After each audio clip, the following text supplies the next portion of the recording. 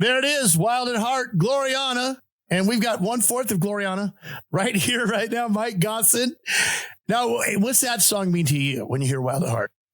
Man, that was the song that started it all for that whole Gloriana journey. Yeah.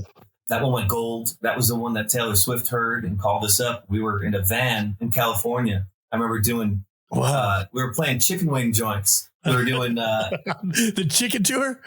It was chicken wing joints. It was what are the? There was Wingstop, or there was a Charlie Chicken Factory, or no, they do like the sports too, the Buffalo Wild Wings, and the other ones, the whatever they are, the wing places. I remember there was like a tour where we were playing some of those places, Wingstop, and all that stuff. And she called us up and she said, "I heard your song on the radio," and she said, "How would you like to come out and come on tour with me and be the opening act?" And we thought it was a prank. We thought the label was like pranking us. No way, this is Taylor Swift. We're in a van, like living off of old chicken wings, and I'm sleeping in the back. Like, there's no way.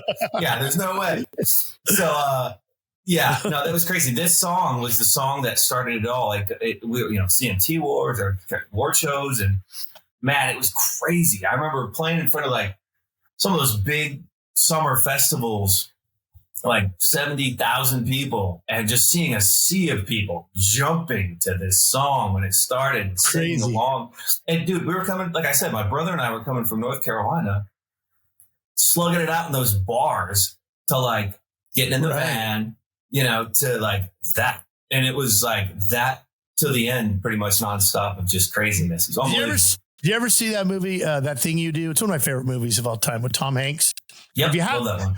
Okay, so they had that so good. That Thing You Do moment where they heard their song on the radio, they came running in, and then they had that number one hit. But I mean, like you just said, so you're playing your song, they already know the words. You're just like probably looking at you like, can you believe this? Can you believe this? We were in a van. Actually, it was in California when we first heard it. Wow. It was around that time when Taylor called us, and we were screaming, man. We were like freaking out. It was like, you work your whole life. 10 years is a long time. You know what I mean? Right. A long time. There's thousands of gigs, driving and setting up gear and playing and singing. And you dream about it as a kid and you work for it. And then finally you get to the point where you hear your music on the radio and it was like, oh my gosh, we made it.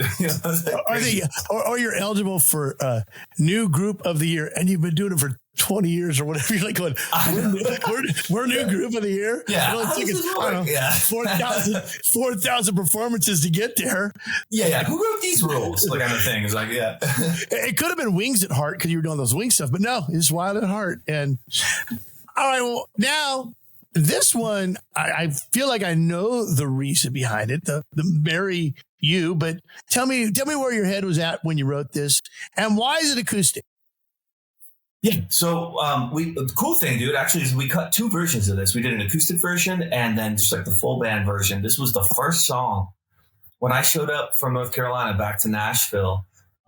This was the first song that we recorded, the first one that I had kind of like really rock solid. And I was like, okay, let's put it down. Kind of thing. Okay. I'm always tweaking and changing stuff. And you're never going to be happy. You're always like, okay, fine, let it go. But I think I could change the snare. You're like, yeah, no, literally. That's my brain, man.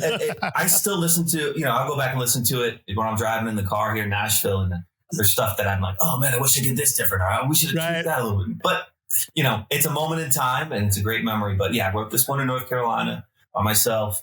Had the recording done in this little demo studio that I carried with me here to Nashville. And it's about, finding that person you want to spend the rest of your life with.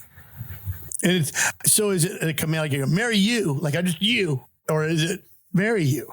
Or are you telling the story of your journey? Or you're trying to convince her? Where's your head on that? I think it's more of just a confession, more of a like, you rock my world. You're the one kind of thing. Yeah. You're it. You're the one. Well, here it is right now on Gnarly Country. Mike Gossin, Marry You.